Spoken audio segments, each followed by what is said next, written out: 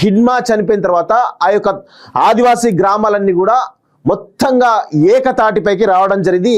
ఆయనకు సంబంధించి ఆయన ఒక దేవుడిగా కొలుస్తా ఉన్నారు. మనం రీసెంట్గా అంటే మనం ఎప్పటి నుంచో కూడా సమ్మక్క సారలమ్మను ఆ ఆదివాసీ దేవతలు కొలుస్తూ ఉంటారు కదా, అదేవిధంగా హిడ్మాను కూడా ఛత్తీస్గఢ్లో వాళ్ళ ఆదివాసీ దేవుడిగా ఈరోజు ఆయన చనిపోయిన తర్వాత ఆయన కొలుస్తూ ఉన్నారు.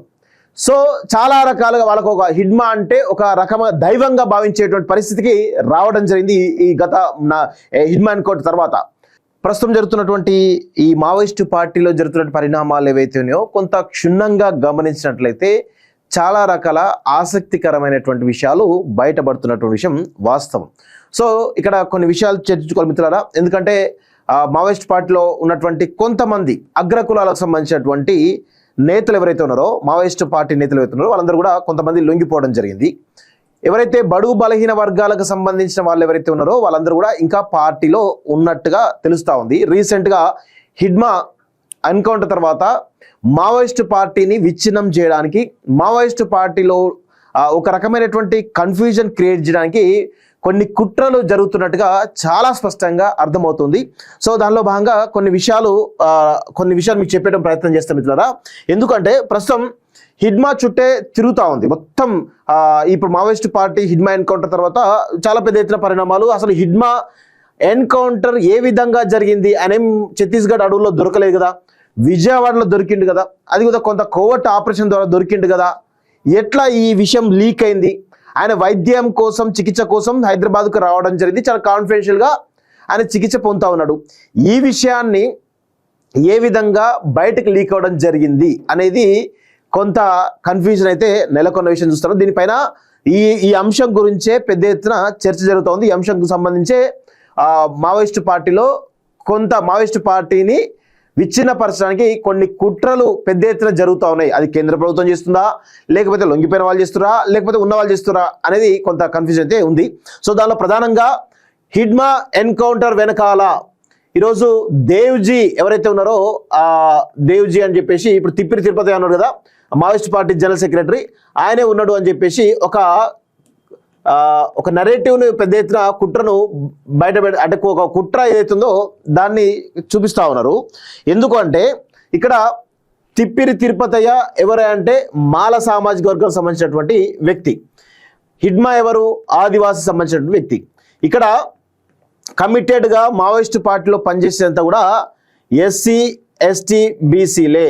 మిగతా వాళ్ళు ఎవరైతే ఉన్నారో వాళ్ళు కేవలం తమ స్వార్థ ప్రయోజనాల గురించా లేకపోతే రకరకాల ప్రయోజనాల గురించో ఉంటారనేది కొంత వినబడతా ఉన్నటువంటి విషయం. ఇక్కడ హిడ్మా ఎన్కౌంటర్ సంబంధించినటువంటి ఏదైతే ఆ కోవర్ట్ ఆపరేషన్ వెనకాల దేవ్జీ తిప్పిరి తిరుపతయ్య ఎవరైతే ఉన్నారో ఆ మావోయిస్ట్ పార్టీ జనరల్ సెక్రటరీ ఉన్నాడు అని చెప్పేసి ఎవరు ఛత్తీస్గఢ్లో ఉన్నటువంటి కొంతమంది ప్రచారం చాలా బలంగా చేస్తూ ఉన్నారు. ఇక్కడ లొంగిపోయినటువంటి మల్లోజుల వేణుగోపాల్ ఈజ్ అ బ్రాహ్మిన్, ఈయన మీద అనుమానాలు రాలేదు ఎవరికి. కానీ ఇంకో తక్కలపల్లి వాసుదేవరావు ఆశన్న, ఈయన వెలమ, ఈయన గురించి కూడా ఎక్కడ కూడా రాలేదు.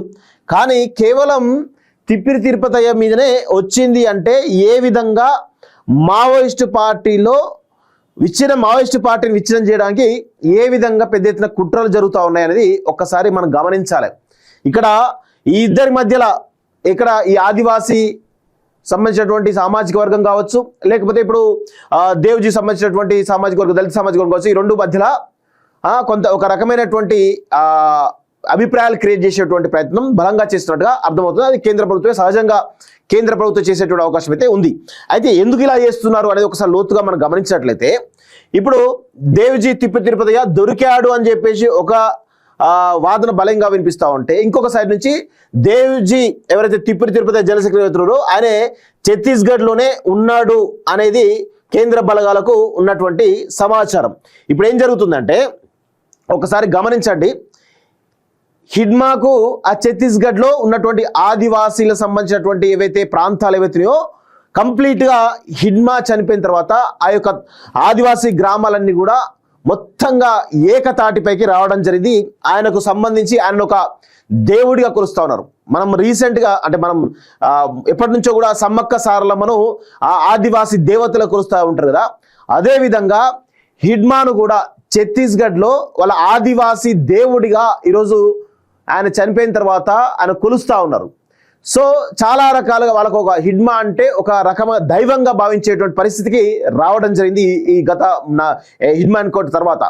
సో ఇప్పుడు ఈ యొక్క అవకాశాన్ని దాన్ని కేంద్ర ప్రభుత్వమా లేకపోతే కొంతమంది కోవట్ల దాన్ని అవకాశంగా మలుచుకోవాలనేటువంటి దాంట్లో ఇప్పుడు ఏం చేస్తున్నారు, ఇక్కడ కొంతమంది ఛత్తీస్గఢ్లో కొంతమంది నాయకులు ఎవరైతే ఉన్నారో వాళ్ళ ద్వారా ఏం చెప్పిస్తున్నారు అంటే హిడ్మా మరణం, హిడ్మా ఎన్కౌంటర్, హిడ్మా కోవట్ ఆపరేషన్ ఏదైతే ఉందో దాని వెనకాల తిప్పిరి తిరుపతయ్య ఉన్నాడు జనరల్ సెక్రటరీ అని చెప్పేసి చెప్తూ అక్కడ ఉన్నటువంటి ఆదివాసీ ప్రజలు ఎవరైతే ఉన్నారో వాళ్ళందరికీ కూడా ఒక రకమైనటువంటి కోపం తెప్పించేలా ప్రయత్నం చేస్తారు. ఎవరి మీద? తిప్పిరి తిరుపతయ్య మీద. సో దానివల్ల ఏమైతుంది, తిప్పిరి తిరుపతయ్య ఎక్కడున్నాడు ఏంటి అనేటువంటి ఒక సమాచారాన్ని కేంద్ర బలగాలకు ఆదివాసుల ద్వారా చేరవేర్చేందుకు ఈ యొక్క భారీ కుట్ర పన్నుతున్నట్టుగా చాలా స్పష్టంగా అర్థమవుతుంది. ఇది చాలా కాన్ఫిడెన్షియల్ ఇన్ఫర్మేషన్ను అక్కడక్కడ జరుగుతున్న చర్చను కొంత పబ్లిక్ చేసేటువంటి ప్రయత్నం అయితే నేను చేస్తా ఉన్నాను. సో ఆదివాసీలకు సంబంధించినటువంటి దేవుడిగా కొలుస్తున్నటువంటి హిడ్మా ఎవరైతే ఉన్నారో ఆయన మరణం వెనకాల, ఆయన ఎన్కౌంటర్ వెనకాల తిప్పిరి తిరుపతయ్య కుట్ర ఉందని చెప్పేసి ఒక నరేటివ్ని బిల్డ్ చేసేటువంటి ప్రయత్నం చాలా పెద్ద ఎత్తున చేస్తూ ఉన్నారు.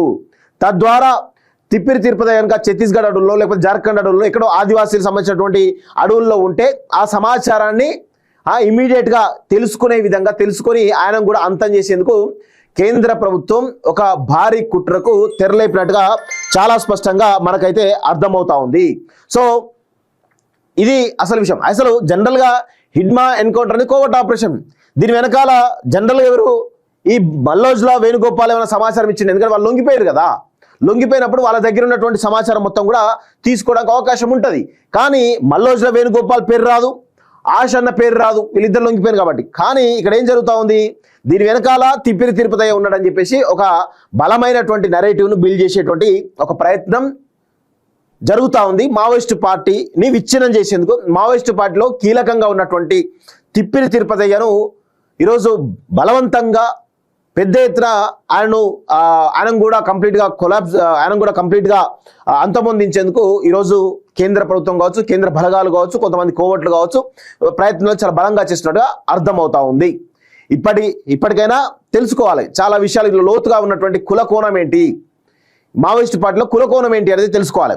సో ఇక్కడ మెయిన్గా ఆదివాసీలకు దళితులకు మధ్య ఒక రకమైన డివిజన్ తీసుకొచ్చేసి ఈరోజు మావోయిస్టు పార్టీ అధినేతగా ఉన్నటువంటి జనరల్ సెక్రటరీగా ఉన్నటువంటి మాల సామాజిక సంబంధించినటువంటి తిప్పిరి తిరుపతయ్యను అంతమొందించడానికి ఈ ప్రయత్నాలు బలంగా జరుగుతున్నట్టుగా చాలా స్పష్టంగా మనకైతే తెలుస్తూ ఉంది. సో దీని గురించి చాలా డీటెయిల్స్ రావాల్సి అయితే ఉంది. దాని గురించి మనం చాలా రకాల విషయాలు మాట్లాడదాం.